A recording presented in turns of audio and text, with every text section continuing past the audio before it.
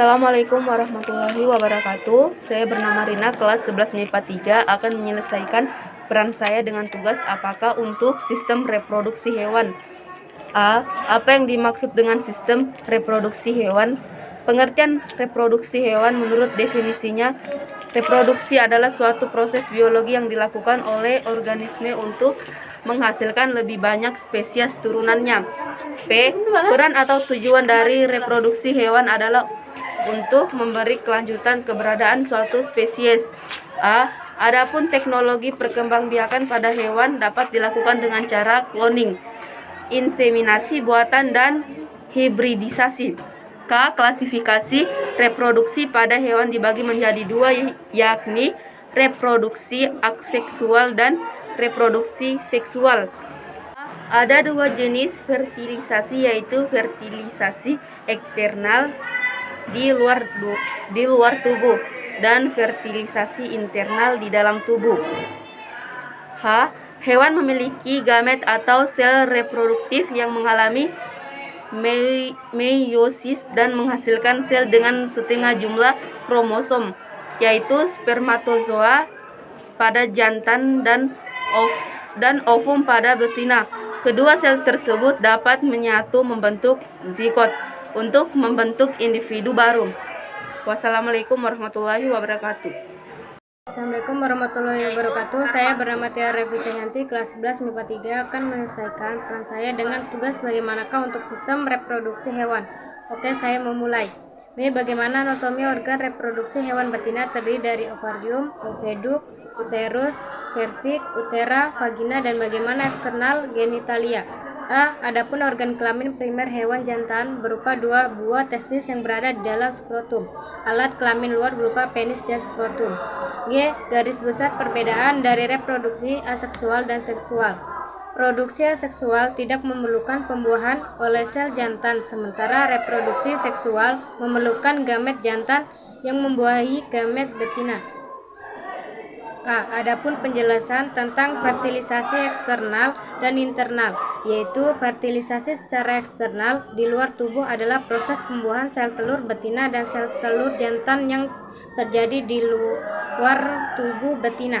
Fertilisasi secara internal di dalam tubuh adalah proses pembuahan sel telur betina oleh sel telur jantan yang terjadi di dalam tubuh betina. I. Internal termasuk hewan-hewan golongan reptil, aves, dan mamalia, sedangkan eksternal biasanya terjadi pada hewan yang hidup di perairan. M. Mamalia.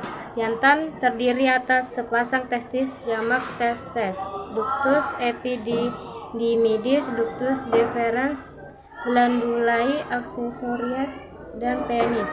A. Adapun jenis reproduksi aseksual pada hewan yaitu pembelahan biner. Proses pembelahan biner melibatkan pembelahan organisme bersel satu menjadi dua sel individu baru yang masing-masingnya memiliki nukleus. Pertunasan, fragmentasi, parthenogenesis, N. Namun maksud dari parthenogenesis adalah proses produksi tanpa pembuahan dari sel telur dan sel sperma, contohnya pada hewan lebah. A. Adapun jenis reproduksi seksual pada hewan yaitu ovipar bertelur. Ovipar merupakan perkembangbiakan dengan cara bertelur. Vivipar melahirkan. Ovovivipar bertelur dan melahirkan. K. Keuntungan reproduksi seksual adalah menghasilkan variasi genetik dunia hewan pada keturunannya. A. Adapun keuntungan reproduksi seksual adalah memungkinkan spesies untuk bertahan dalam jangka waktu yang lama pada keadaan lingkungan yang stabil dan membutuhkan waktu lebih singkat. A. Hewan yang memiliki reproduksi secara aseksual adalah tunas, contohnya hidra dan porifera. Membelah diri, contohnya amoeba. Fragmentasi, contohnya planaria. Wassalamualaikum warahmatullahi wabarakatuh. Assalamualaikum warahmatullahi wabarakatuh. Saya Sukrian dari kelas 11 MIPA 3 dengan gaya belajar kinestetik akan menyelesaikan peran saya dengan tugas di manakah untuk sistem reproduksi hewan. Yang pertama, D, yaitu dalam pembuahan dapat dibedakan menjadi dua, yaitu konjugasi dan anisogami. I, yaitu ini mempunyai dua inti, yaitu makronukleus dan mikronukleus. pada peristiwa konjugasi, dua hewan bersatu untuk mengadakan pertukaran inti mikro. M, yaitu makronukleus, berfungsi untuk menyintesis RNA, mengatur aktivitas dan pertumbuhan sel, dan alat reproduksi aseksual. A, yaitu adapun mikronukleus, berfungsi sebagai alat reproduksi seksual. N, yaitu namun maksud dari konjugasi adalah peleburan dua buah sel gamet yang belum dapat dibedakan jenis kelaminnya. A, yaitu adapun maksud dari anisogami adalah peleburan dua gamet yang berbentuk dan berukuran berbeda, yaitu sel gamet jantan dengan sel gamet betina yang biasanya berukuran lebih besar. K, yaitu konjugasi adalah reproduksi seksual yang terjadi pada protozoa atau hewan bersel satu. A, yaitu adapun ciri-ciri dari protozoa, yaitu 1. Uniseluler dengan ukuran tubuh sekitar 10 hingga 200 mikrometer.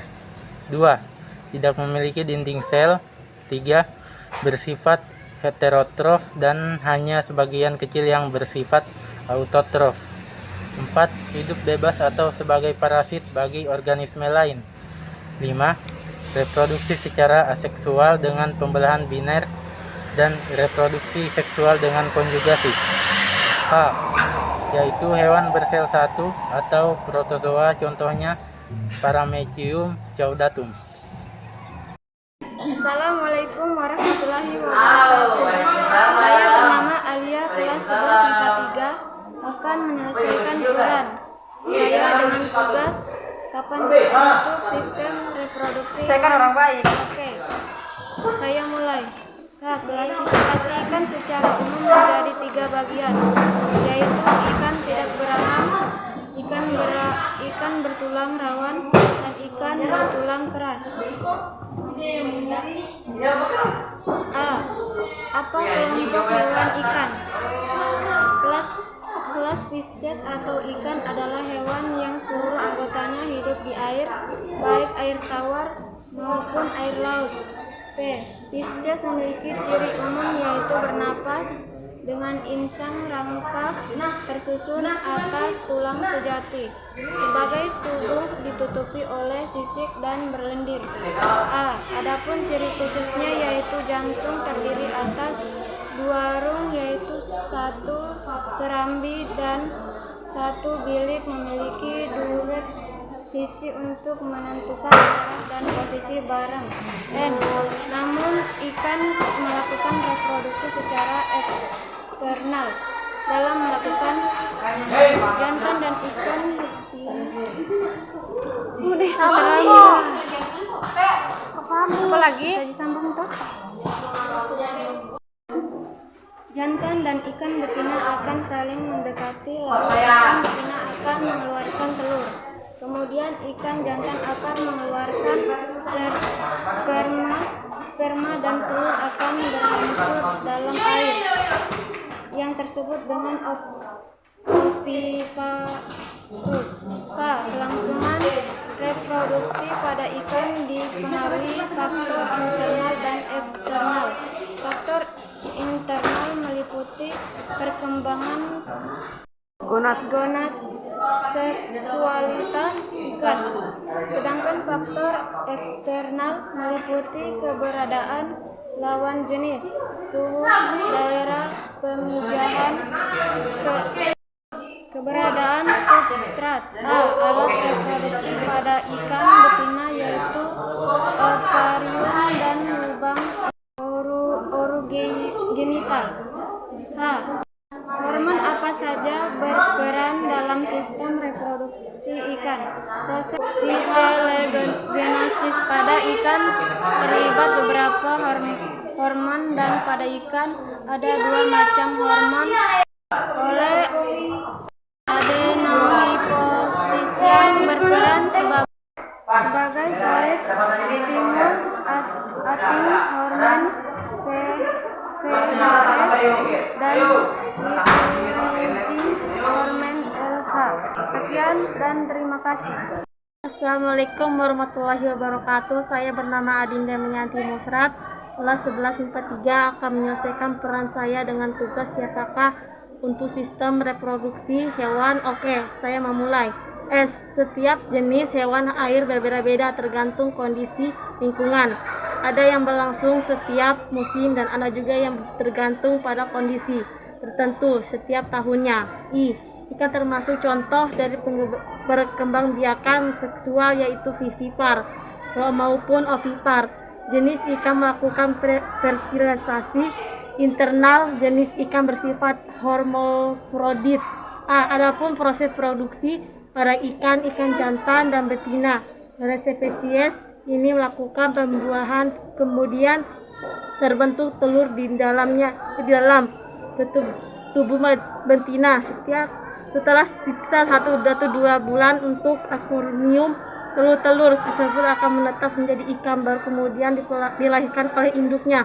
Pertumbuhan yang dialami ikan setelah bertelur. Setelah ikan mengeluarkan telur-telurnya, telur-telur tersebut akan menetas menjadi larva. Setelah beberapa hari larva tersebut memakan zooplankton sehingga tumbuhnya menjadi besar. Setelah berubah menjadi ikan muda dan terus membesar menjadi ikan dewasa. Kapan ikan bisa berkembang biak? Ikan termasuk ke dalam hewan ovipar yang proses berkembang biaknya secara eksternal, secara alami. Proses pembuahan atau peminjahan terjadi pada tengah malam hingga menjelang fajar. Anak ikan tumbuh besar sampai usia mencapai 6 bulan. Ini sudah dianggap dewasa.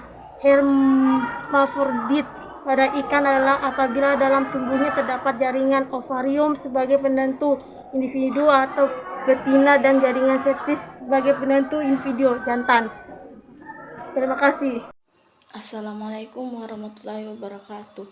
Saya atas nama Rizky Awani kelas 11 MIPA 3 akan menyelesaikan peran saya dengan tugas mengapakah untuk sistem reproduksi hewan. Oke, saya mulai. Mamalia jantan dan betina memiliki alat kelamin luar sehingga pembuahannya bersifat internal. Organ reproduksi jantan meliputi penis, vas deferens, testis, dan anus. Untuk yang betina meliputi ovarium, oviduk, uterus, dan anus. Embrio berkembang di dalam tubuh betina mamalia adalah uterus atau rahim. Namun mamalia bersifat gonokoris.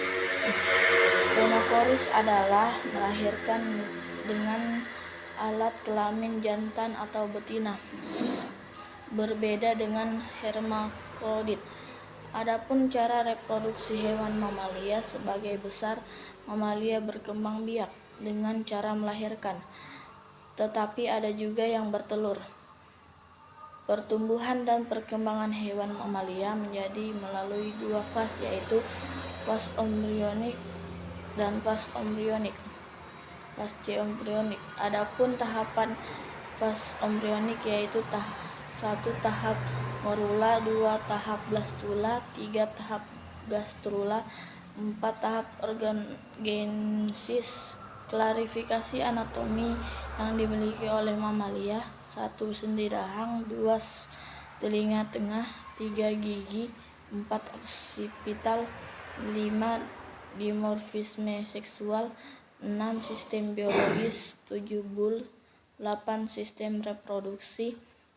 Adapun fungsi uterus yaitu untuk memberi makan dan menampang sel telur yang akan dibuahi sampai menjadi janin atau sampai siap untuk dilahirkan. Hewan mamalia bereproduksi dikendalikan oleh hormon-hormon reproduksi utama, yaitu gonadotropin dan hormon seks yang saling mempengaruhi. Terima kasih. Wassalamualaikum warahmatullahi wabarakatuh. Assalamualaikum warahmatullahi wabarakatuh. Saya bernama Rizky Darmawan, kelas 11 MIPA 3, akan menyelesaikan peran saya dengan tugas siapakah untuk sistem reproduksi hewan. Oke, saya akan memulai. Setiap jenis hewan air berbeda-beda, tergantung kondisi lingkungan. Ada yang berlangsung setiap musim dan ada juga yang tergantung pada kondisi tertentu setiap tahunnya. Ikan termasuk contoh dari perkembangbiakan seksual, yaitu vivipar dan maupun ovivipar. Jenis-jenis ikan melakukan fertilisasi internal. Jenis ikan bersifat hermafrodit. Adapun proses reproduksi pada ikan jantan dan betina dari spesies ini melakukan pembuahan, kemudian terbentuk telur di dalam tubuh betina. Setelah sekitar 1 atau 2 bulan, untuk kebanyakan spesies ikan di akuarium, telur-telur tersebut akan menetas menjadi ikan baru, kemudian dilahirkan oleh induknya. Pertumbuhan yang dialami ikan setelah bertelur. Setelah ikan mengeluarkan telurnya, telur-telur tersebut akan menetas menjadi larva. Setelah beberapa hari, larva-larva tersebut akan menetas menjadi zooplankton sehingga tubuhnya menjadi besar. Larva tersebut menjadi ikan muda dan terus membesar menjadi ikan dewasa.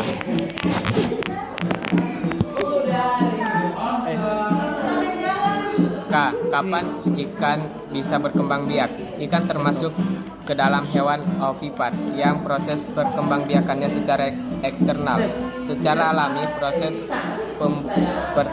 pembuahan atau peminjahan terjadi pada tengah malam hingga menjelang fajar.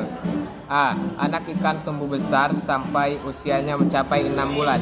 Ini sudah dianggap dewasa. Hermafrodit pada ikan adalah apabila dalam tubuhnya terdapat jaringan ovarium sehingga penentu individu betina dan jaringan testis sebagai penentu individu jantan. Assalamualaikum warahmatullahi wabarakatuh. Saya Bernawa Fitrawan, kelas 11 MIPA 3 akan menyelesaikan peran saya dengan tugas kapankah. Untuk sistem reproduksi tumbuhan, saya akan mulainya, yaitu kali ini kita akan membahas reproduksi tumbuhan Angiospermae. Angiospermae berasal dari bahasa Yunani, yaitu angion yang berarti container atau wadah, dan sperma yang berarti biji. Hal ini mengacu pada struktur buah yang mewadahi biji. Maka tak heran jika tumbuhan ini disebut sebagai tumbuhan biji tertutup. Namun pada reproduksi vegetatif alami dapat dilakukan dengan rizoma, stolon, tunas inventif, umbi lapis, umbi batang, dan umbi akar. Sedangkan untuk reproduksi vegetatif buatan dilakukan dengan bantuan manusia, diantaranya setek, cangkok, merunduk, okulasi, dan enten atau menyambung. Angiospermae akan dimulai ketika inti sel kelamin jantan dan sel kelamin betina bersatu. Inti sel kelamin jantan dan sel kelamin betina bersatu untuk membentuk zigot yang kemudian akan tumbuh dan berkembang menjadi tumbuhan Angiospermae dewasa. Pada dasarnya reproduksi tumbuhan Angiospermae dapat dilakukan secara vegetatif, alami maupun buatan, serta generatif dengan pembuatan ganda. Kalau untuk pembuahan ganda yang berarti pembuahan terjadi sebanyak 2 kali. Pembuahan pertama dengan pelemburan antara inti sperma atau sperma satu dengan ovum yang menghasilkan zigot, dan pembuahan kedua yaitu pelemburan antara inti sperma keluar dengan inti kandung lembaga sekunder menghasilkan endosperma. Pembuahan ganda ini terjadi di organ bunga. Adapun pembuahan ganda dimulai dengan penyemburan, di mana merupakan proses penempelan serbuk sari polen di kepala putik stigma. Saat serbuk sari menempel di kepala putik, inti generatif membelah menjadi 2 sel sperma, sedangkan inti generatif memanjang membentuk tabung polen yang menembus ovum melalui pori kecil. Hal yang perlu kita ketahui juga bahwa kedua inti sperma masuk ke ovum, inti sperma satu berlembur dengan sel telur membentuk zigot.